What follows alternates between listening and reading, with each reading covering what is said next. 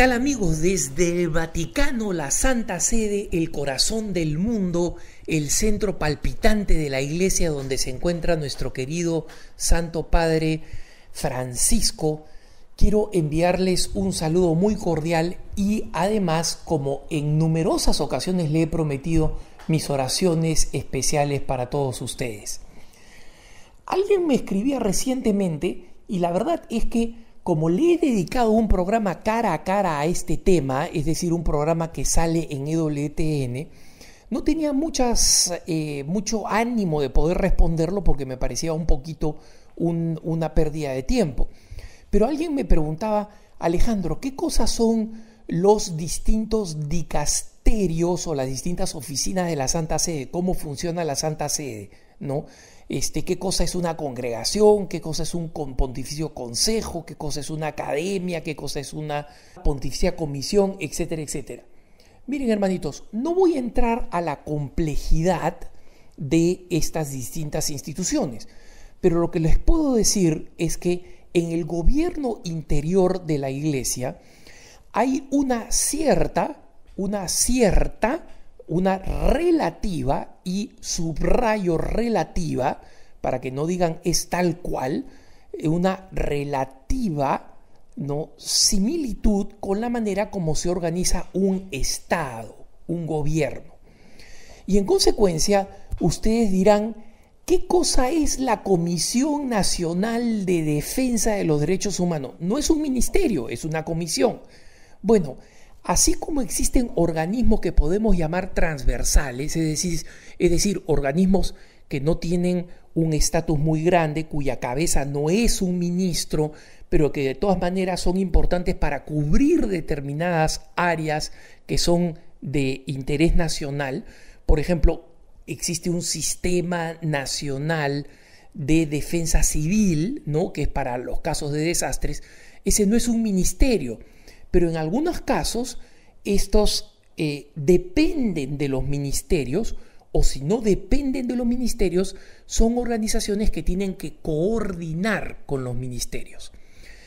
De una forma similar, no igual, no equivalente, no exacta, de una forma similar, el Vaticano está organizado también a través de dicasterios o de oficinas, ¿no?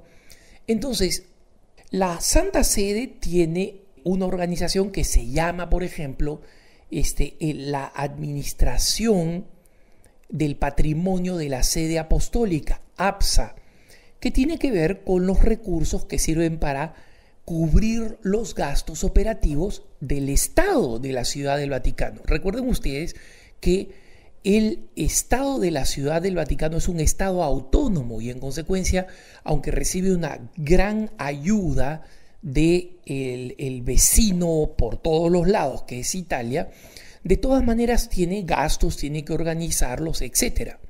Alguna gente le llama al APSA el Ministerio de Economía. En realidad no es exactamente así, no funcionan como ministerios, porque no son totalmente autónomos. Pero sin entrar en las complicaciones, les puedo decir que las congregaciones son los, entre comillas, ministerios o dicasterios que tienen temas fundamentales y que la gran mayoría de ellos son los más antiguos dentro de la iglesia y están siempre presididos, una congregación está siempre presidida por un cardenal. Algunos me preguntarán, oye, pero el arzobispo Gerhard Müller, que es prefecto de la Congregación para la Doctrina de la Fe, no es cardenal. Efectivamente, no es cardenal. Si permanece en su cargo por voluntad del Papa Francisco, en el próximo consistorio, es decir, en aquellos eventos que se realizan cada año y medio o dos para nombrar nuevos cardenales, es prácticamente seguro que el arzobispo Gerhard Müller sea nombrado o creado cardenal.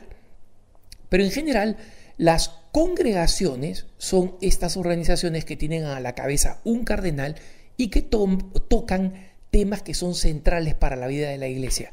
doctrina de la fe, es decir, defensa y promoción de la fe, disciplina de los sacramentos, cómo se aplican los sacramentos y la Sagrada Liturgia, la Congregación para los Obispos, que ayuda al Papa a nombrar obispos, Congregación para el Clero, que ve todos los problemas, necesidades del clero, Congregación para los Religiosos, lo mismo con las congregaciones religiosas, la Congregación para la propagación o difusión de la fe o de la evangelización, ya se imaginan, son los que ven todas las misiones en territorios de misión, y así sucesivamente existen estas distintas congregaciones.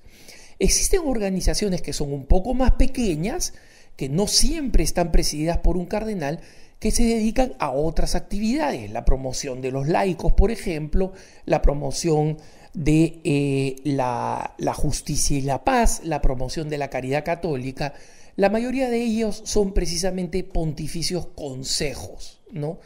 Existen luego comisiones que son todavía más pequeñas, ¿no? Y que se refieren a un trabajo específico que tienen que realizar y que normalmente dependen de alguna congregación. Existen las academias pontificias, que son las que se dedican más bien al aliento de la reflexión intelectual, y en consecuencia no se confundan tantos con los nombres.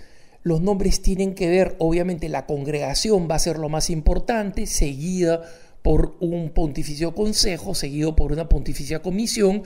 Las academias tienen un valor, digamos, equivalente, paralelo, a veces a los consejos, a veces a las comisiones, pero lo importante es entender que estas distintas estructuras son bastante minimalistas. El que cree que hay una gran burocracia en el Vaticano está equivocado, al contrario, falta personal.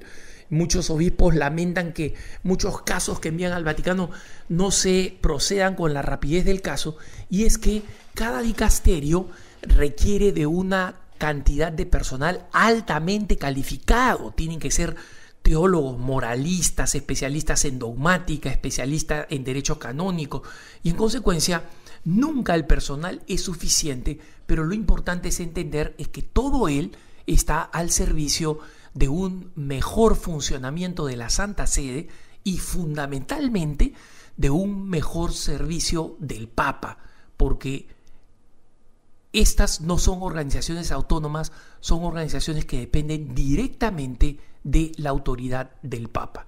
Que tengas un buen día.